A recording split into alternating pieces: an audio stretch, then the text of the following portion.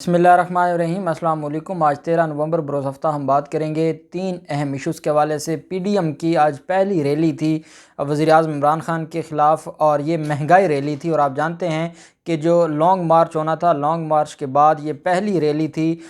پاکستان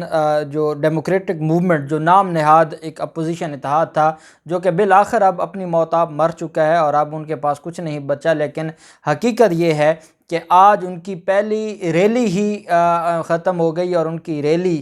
شدید قسم کی ان کو مایوسی ہوئی ہے، شکست ہوئی ہے اور ناکامی ہوئی ہے، اور ان کی جو ریلی تھی وہ فلاپ ہوئی ہے۔ اس کی وجہ کیا ہے؟ اس کی وجہ یہ ہے کہ مسلم لیگ نون پھر ہاتھ کر گئی ہے مولانا کے ساتھ، شہباز شریف تک بھی نہیں گئے۔ شہباز شریف جو کہ تیار تھا، اور آج صبح پاکستان مسلم لیگ نون کے ترجمان نے اعلان کیا کہ شہباز شریف آج کراچی جائیں گے، اور شہباز شریف نہیں گئے۔ تو وزیر اعظم عمران خان ان کا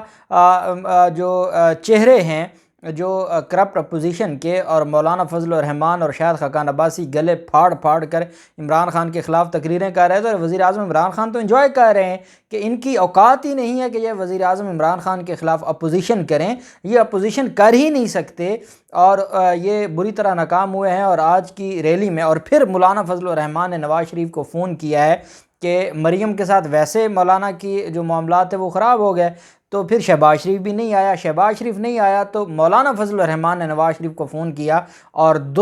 نواز شریف سے مطالبے کر دیے ہیں اگلی ریلی یا اگلے کسی بھی ایونٹ سے پہلے اگر نواز شریف وہ مطالبے پورے کریں گے تو پھر یہ معاملہ آگے چلے گا۔ وہ بھی بڑی اہم تفصیلات ہیں جو میں آپ کے ساتھ شیئر کروں گا۔ ساتھ ہم بات کریں گے آصف زرداری کے خلاف جو پرانے مقدمات تھے، ان پرانے مقدمات میں جو 2014 میں نیب نے ان کو، نیب عدالتوں نے بری کر دیا تھا، اس کے خلاف نیب کی اپیلیں بالآخر اب سماعت کے لیے فکس ہو گئی ہیں، اور اس کے اوپر بھی ہم بات کریں گے۔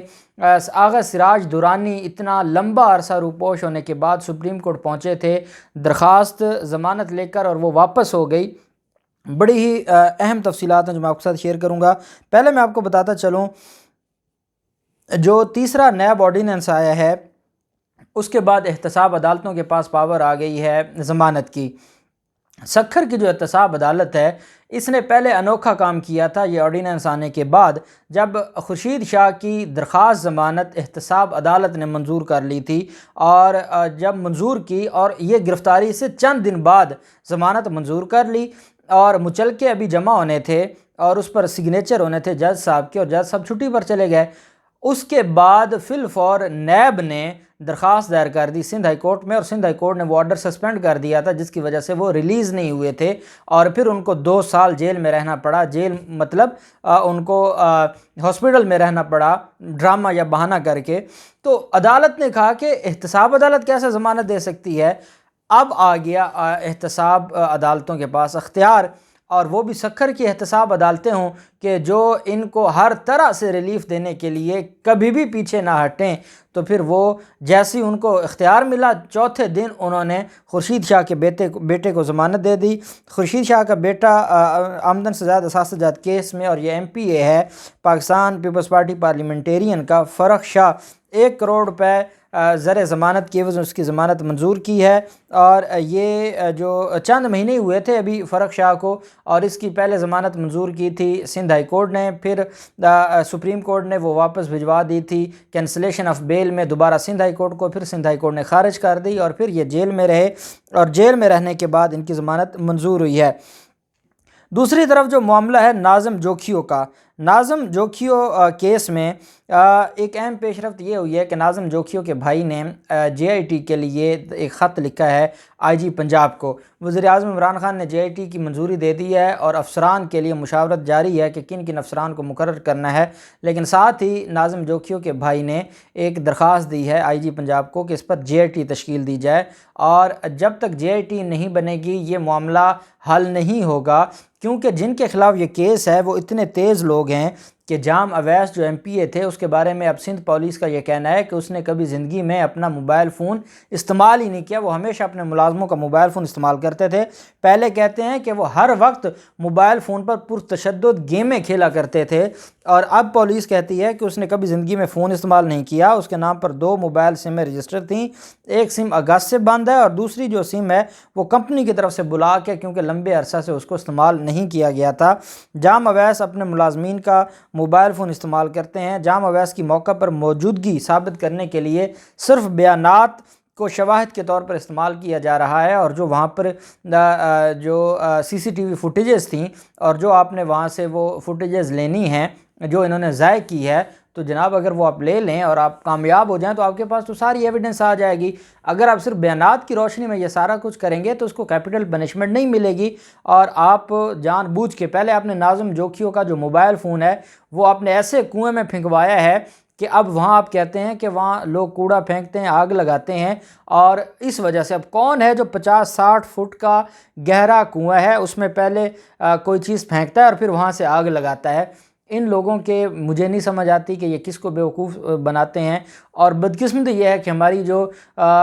چھوٹی عدالتیں ہیں وہ بیوقوف بن جاتی ہیں، اور ہمارے چیف جسٹس صاحب کو ایکشن لینا ہوگا۔ جناب یہ عدالتی نظام دن بدن تباہی کی طرف جا رہا ہے، اور ایسے نہلے دہلے لوگ یہاں پر بیٹھ کر عدالتوں میں بیٹھ کر عدالتی تقدس کو پامال کر رہے ہیں، جن کو فائل پڑھنا نہیں آتی، جن کو یہ نہیں پتہ فائل شروع کہاں سے ہوتی ہے، اور وہ بس اس امید میں ہوتے ہیں کہ 2 ماہ 4 ماہ 6 ماہ بعد ہمارا ٹرانسفر ہو جائے گا تو اگلے ہی آئے گا اور وہ آ کے فائل پڑھے گا، مجھے تکلیف نہ کرنی پڑے فائل۔ میں ایمانداری سے بطور وکیل بتا رہا ہوں کہ ایک ایک کیس میں ہم 4 دفعہ بحث کرتے ہیں، پہلے ایک دفعہ بحث کر کے آتے ہیں، 1 مہینے بعد جج ٹرانسفر ہو جاتا ہے، فائل پہ لکھا ہوا ہے کہ جو پلینٹیو ہے وہ اپنی بحث کر چکا ہے، اس کے باوجود جو نئے جج صاحب آتے ہیں وہ فائل پڑھنے کی تو ان میں ہے نہیں نا، ہر چیز تو فائل میں موجود ہے، لیکن کیونکہ ان کو اتنی ان کے پاس ٹائم ہی نہیں ہے، پھر وہ فرماتے ہیں جی کہ نئی بحث کریں، پھر نئی بحث کرتے ہیں، پھر ابھی وہ فیصلہ نہیں ہوا ہوتا کیونکہ دوسری پارٹی کو موقع دیا جاتا ہے بحث کا، اور وہ 1-2 تاریخیں جیسے ہی لیتے ہیں پھر جیسا ٹرانسفر ہو جاتے ہیں، پھر نئے سرے سے بحث،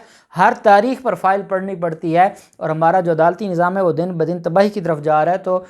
بطور قانون کا طالب علم اور بطور آفیسر آف دی کورٹ میں آنریبل چیف جسٹس صاحب سے گزارش کروں گا کہ اس معاملے کو جلد از جلد دیکھا جائے، نہیں تو عوام کی امیدیں اس ہمارے جو چھوٹا عدالتی نظام ہے اس سے اٹھتی جا رہی ہیں۔ دوسری طرف جو ایڈیشنل ڈسٹرکٹ اینڈ سیشن جج ملیر ہیں ناظم جوکھیوں قتل کیس میں، ان کی عدالت میں نامزد ملزم سلیم ہلار نے عبوری ضمانت کروا لی ہے، اور عبوری ضمانت 22 نومبر تک منظور کر دی گئی ہے۔ پہلے اس نے سندھ ہائی کورٹ سے حفاظتی ضمانت کروائی تھی، اور پھر اس کے بعد ان کو یہ ضمانت مل گئی جو ایڈیشنل سیشن جج کی عدالت سے، اور پھر اس کے بعد یہ معاملہ آگے چلے گا۔ ناظم جوکھیوں کیس کے بعد ہم دیکھتے ہیں کہ سراج درانی کوئی اتنا بھی بے شرم ہو سکتا ہے کہ سپیکر ہو سندھ اسمبلی کا، اور وہ پچھلے 4 ہفتوں سے روپوش ہو اور اس کا کوئی پتہ نہ ہو کہ وہ کہاں ہے، اور صرف گرفتاری کے خوف سے وہ ڈرا ہوا ہو اور وہ ڈر کے مارے عدالتوں میں پیش نہ ہو، اور اب سپریم کورٹ آف پاکستان میں اس نے درخواست ضمانت دی، اور درخواست ضمانت اس نے دی تو سپریم کورٹ کے رجسٹرار آفس نے 2 اعتراضات لگا کے درخواست ان کو واپس کر دی ہے۔ ایک تو یہ ہے کہ اس نے گرفتاری کیوں نہیں دی، اور اتنا عرصہ یہ کہاں پہ رہا ہے؟ جب سندھ ہائی کورٹ نے ان کی ضمانت منظور کی تھی تو اس کا باہر رہنا اور سپریم کورٹ میں دیر سے آنا، اتنا عرصہ بغیر گرفتاری کے روپوش رہنا، یہ ایک ایلیگیلٹی ہے، اور اس پر انہوں نے کہا ہے کہ ہم درخواست کی ضمانت واپس ہو گئی۔ ذرائع کی طرف سے جو انفارمیشن ہے اس کے مطابق سندھ ہائی کورٹ سے درخواست ضمانت خارج ہونے کے بعد گرفتاری نہ دینے کا اعتراض کیا گیا تھا، جبکہ درخواست گزار پر زیر دستخطی انڈرٹیکنگ ہوتی ہے اور ایفیڈیوٹ سائن کیا جاتا ہے وہ بھی جمع نہ کروانے کا اعتراض ہے، کیونکہ وہ خود تو تھے نہیں، ان کے وکلاء نے عدالت میں جمع کروا دی، لیکن عدالت نے کہا نہیں، اس کے اپنے سگنیچر کدھر ہیں، اس کے اپنا انڈرٹیکنگ اور ایفیڈیوٹ کدھر ہے، وہ بھی پیش نہیں کیا، جس کی وجہ سے ان کی درخواست ضمانت قبل از گرفتاری سپریم کورٹ میں جو درخواست تھی وہ درخواست واپس ہو گئی۔ وہ درخواست اب وہ ٹھیک کریں گے، پھر ہوگی، اور نیب پوری کوشش کر رہا ہے کہ اس کو گرفتار کیا جائے۔ آصف زرداری کے خلاف 2 ریفرنسز تھے، 2014 میں ان کو بری کر دیا گیا تھا، اپیلیں تھیں، اور اب اپیلوں میں دوبارہ معاملہ آ گیا اسلام آباد ہائی کورٹ کے چیف جسٹس اطہر من اللہ صاحب کی طرف۔ اطہر من اللہ صاحب کیونکہ ان معاملات میں بڑا ان کا ایک لینیٹ ویو ہے اور وہ بڑا ریلیف دینے والے آنریبل جج ہیں، اور وہ آصف زرداری کی جو ضمانتیں ہیں آپ دیکھ لیں، جتنے بھی ان کے کیسز میں ضمانتیں ہوئی وہ ساری اسلام آباد ہائی کورٹ سے ہوئی ہیں، اور ابھی جو ضمانت تھی وہ بھی ہوئی ہے، اور ملزم کو کہا گیا ہے کہ وہ جائے اور 15 دن تک اس کو نہ گرفتار کیا جائے، اور اتنے میں وہ جا کے احتساب عدالت سے اپنی ضمانت کروائے۔ اب وہ بینچ ہے چیف جسٹس اطہر من اللہ صاحب کی سربراہی میں جسٹس عامر فاروق صاحب میں 2 رکنی بینچ ہے، سوموار 15 نومبر کو وہ سماعت کریں گے، اور یا تو کلین چٹ مل جائے گی آصف زرداری کو، یا کہیں معاملہ جو ہے وہ پھنس جائے گا۔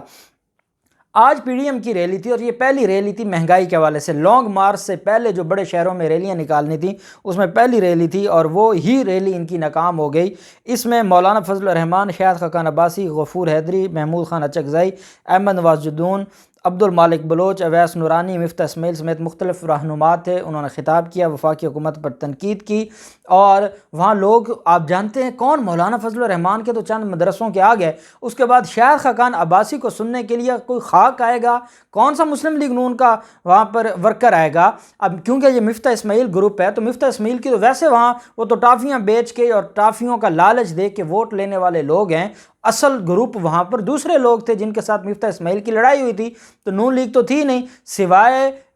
جو مولانا فضل الرحمان کے چند مدرسوں کے بچے تھے، اور بندہ کوئی نہیں تھا۔ تو یہ کس کو عوام بیوقوف بنانا چاہتے ہیں؟ وزیر اعظم عمران خان تو انجوائے کر رہے ہیں کہ ان کی اوقات دیکھیں، یہ ہمارے خلاف اب ریلیاں نکالیں گے، اور ان ریلیوں کے بعد بڑا مارچ ہوگا۔ یہ کون سی ریلیاں ہیں؟ جہاں مریم نواز نہیں جائے گی وہاں آپ کی ریلی کامیاب نہیں ہوگی، اور مریم نواز جانے سے جو ریلی کامیاب ہوتی ہے وہ ساری دنیا جانتی ہے۔ اب آپ مولانا فضل الرحمان کتنے مدرسوں کے بچوں کو کتنا عرصہ اکٹھا کر لیں گے؟ ایسا نہیں ہوتا۔ اب شہباز شریف نے جانا تھا، آج صبح اعلان ہو گیا کہ شہباز شریف جائیں گے، شہباز شریف کوئی نہ گئے، اور شہباز شریف نے جانے سے انکار کر دیا۔ اس کی وجہ یہ ہے کہ مریم نواز کے بیہیویئر سے اس کا چچا اب اتنا پریشان ہو گیا ہے کہ وہ اب مزید میرے حال میں تو نہیں برداشت کر سکتا، اور ان کی آپس کی لڑائی، جو آپس میں ان کی جو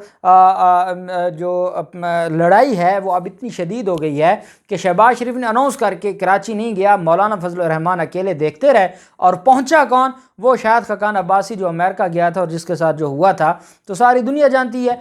مولانا کو نہیں پتا کہ شاہد خاقان عباسی کی کیا اوقات ہے، یا جاتی عمرہ میں تو اس کو داخل کو نہیں ہونے دیتا، لیکن وہ پہنچ گئے وہاں پہ قیادت کرنے، ناکام تو ہونی تھی۔ مولانا نے نواز شریف کو فون کیا ہے اور نواز شریف سے کہا ہے کہ آخری موقع ہے۔ ایک تو جو حافظ حسین احمد ہیں ان کا یہ کہنا ہے کہ جاتی عمرہ سے کوئی اس لانگ مارچ کے لیے پیسے بھی پکڑ لیے ہیں اور وہ اربوں روپے میں ہیں، یہ حافظ حسین احمد کی طرف سے کہا گیا ہے،